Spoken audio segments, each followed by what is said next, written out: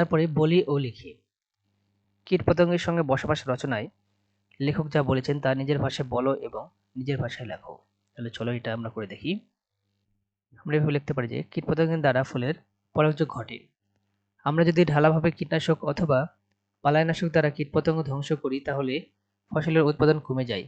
ফসলের মধ্যে কীটনাশক ব্যবহারের ফলে মানবদেহে এবং প্রাণীদেহে মারাত্মক বিষক্রিয়া দেখা দেয়। এছাড়া ফসলের ক্ষেতে ব্যবহৃত কীটনাশক বৃষ্টির পানিতে ধুয়ে নদীতে পড়ে এবং নদীকে বিষাক্ত করে তোলে। এতে নদীতে বসবাসকারী মাছ এবং অন্যান্য জলজ জীবেরা মারা যায়। আবার যে কারণে কীটনাশক প্রয়োগ করা হচ্ছে সে উদ্দেশ্যও সিদ্ধ হচ্ছে না, কারণ কীটনাশক কীটপতঙ্গের গা সাওয়া করে দিচ্ছে। তাই বিজ্ঞানীরা প্রাকৃতিক উপায়ে কীটপতঙ্গ ধ্বংস করার উপায় সম্পর্কে বলেছেন। তারা বলেছেন যে পথভাবক পাখি বা প্রাণীর সংখ্যা প্রকৃতিতে কমে গেলে কীটপতঙ্গের সংখ্যা বৃদ্ধি পায়, তাই প্রাকৃতিক ভারসাম্য বজায় রাখতে হবে। এছাড়া রাসায়নিক কীটনাশক ব্যবহারে হ্রাস করে বিভিন্ন কীটপতঙ্গের ডিম, কীরা, লার্ভা সংগ্রহ করে তা পুড়িয়ে ফেলে এবং আলোর ফাঁদ পেতে কীটপতঙ্গ ধ্বংস করার প্রতি গুরুত্ব আরোপ করতে হবে। এই ছিল এই ছকের কাজ। তারপরে বলা হয়েছে কিভাবে তথ্য বিশ্লেষণ করা হয়। কীটপতঙ্গের সঙ্গে বসবাস লেখাটিতে প্রথম অনুচ্ছেদের 4টি বাক্য খেয়াল করো। এখানে প্রথম বাক্যের তথ্য পোকামাকড় পরাগায়ন ঘটায় বলে ফল ও ফসল হয়। দ্বিতীয় বাক্যের তথ্য পোকামাকড় কমে গেলে ফসলের ফলন কমে যায়। তৃতীয় বাক্যের তথ্য পোকামাকড় খেয়ে বহু প্রাণী বাঁচে। এবং 3 বাক্যের তথ্য বিশ্লেষণ করে চতুর্থ বাক্যে লেখক সিদ্ধান্তে এসেছেন পোকামাকড় নির্বিচারে মারা ঠিক নয়। এভাবে তথ্য বিশ্লেষণমূলক লেখায় নতুন সিদ্ধান্ত তৈরি হয়।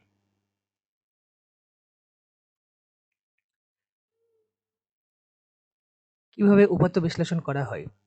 উপাত্ত বিশ্লেষণ করা হয় যেসব লেখায় সেগুলো হচ্ছে উপাত্ত বিশ্লেষণমূলক লেখা।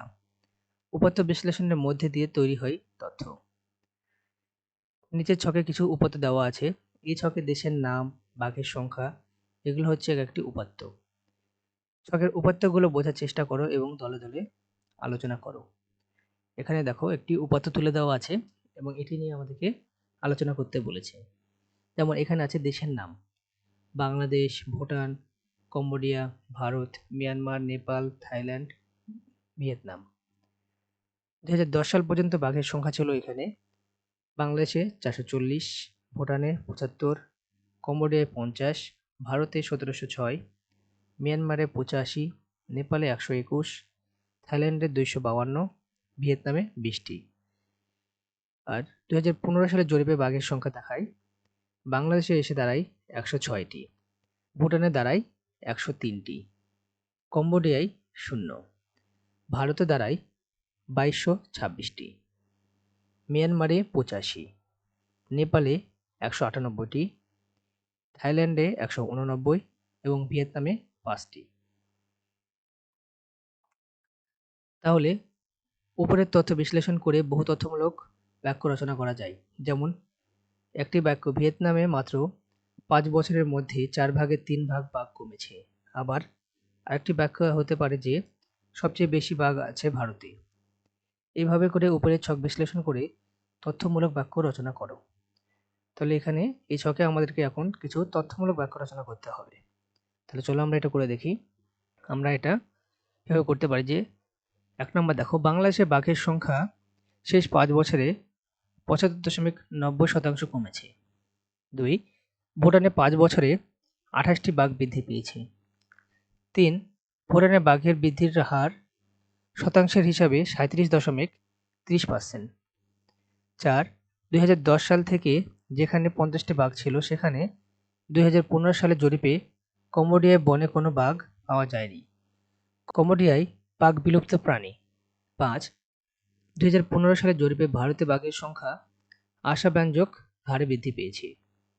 6, 2010 সালে ভারতে বাঘের সংখ্যা ছিল 1706টি এবং 2015 সালে তা এসে দাঁড়ায় 2226টি।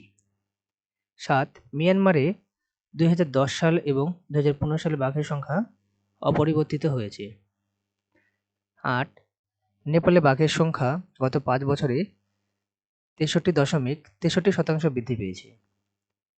9, থাইল্যান্ডে বিগত 5 বছরে বাঘের সংখ্যা কমেছে 25%। আর 10, ভিয়েতনামে 5 বছরে 4 ভাগের 3 ভাগ বাঘ কমেছে। এই ছিল এই ছকের কাজ। তারপর আরেকটা ছক দেওয়া আছে, দেখো। এসব তথ্যমূলক বাক্য ব্যবহার করে একটি অনুচ্ছেদ রচনা তৈরি করো। শুরুতে একটি শিরোনাম দাও। তাহলে চলো আমরা আরেকটা ছকের কাজ দেখি।